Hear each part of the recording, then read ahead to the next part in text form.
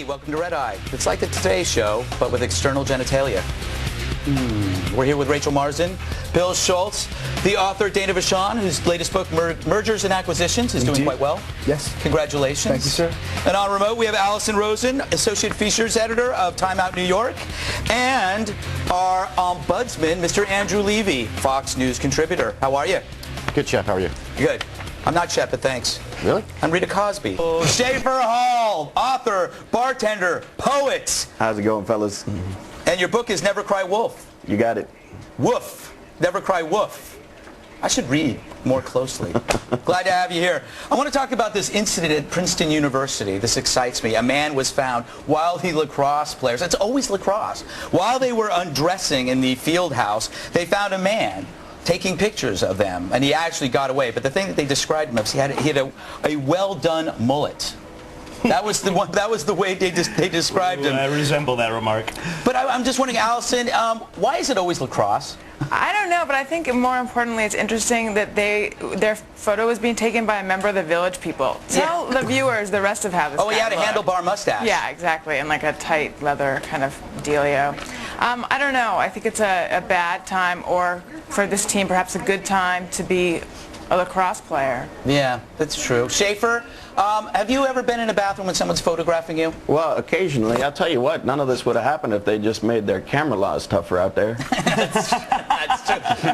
Actually, that's a good point. Do you know that you... 5-day waiting period for cameras. I'm for Schaefer for president. But you can conceal and carry with cameras because of the cell phone cameras now. But those lacrosse players couldn't conceal anything, Rachel, and that's the tragedy. Yes, they were naked. But you know they have laws. No, the guy taking a picture. The laws for gyms now is that you can't bring cell phones into the gym for this very reason. Do you think that's infringing on our rights?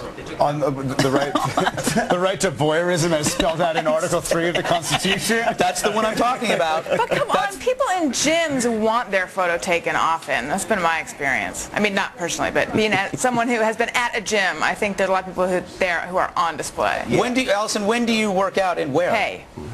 Oh, wait. I'll talk to you after the show. Okay. I think the When I'm busy legislation... bullying Andy.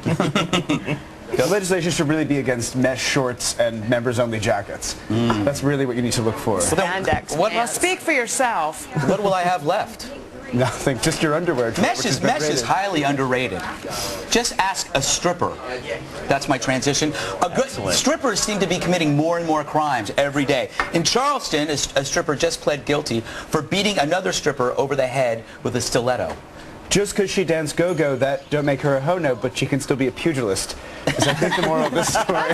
This chick is such an amateur. If you want somebody not to live to complain about the situation, you don't use stilettos. You use like something like these things.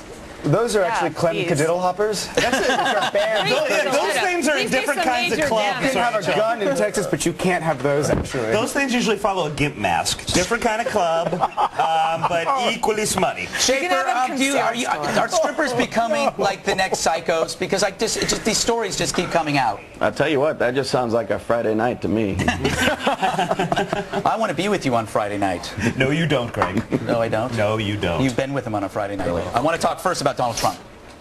Donald Trump sent a gigantic pair of underwear to Barbara Walters that once belonged to Rosie O'Donnell. I guess she wore them in a movie called Exit to Eden, which I actually saw part of, and it was horrible. So I want to ask you, Allison, what is it about Donald Trump that felt the need to get in the press again?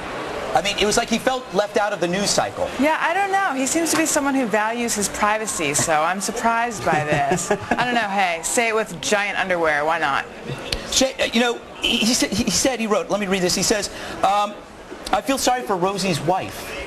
Like, why does he say these things, Dana? I think the truth is that Rosie is Trump with good hair, and therefore she must be destroyed. But Dana, you worked on Wall Street. How many Wall Street executives have a marketing campaign like Trump's? It's just non-stop. Steve Schwartzman is the only one who How many of them were sending giant underwear? Apparently now Rosie's got people sniffing around the locker rooms at Wingfoot to get a pair of skid-marked BVDs from the Don Man.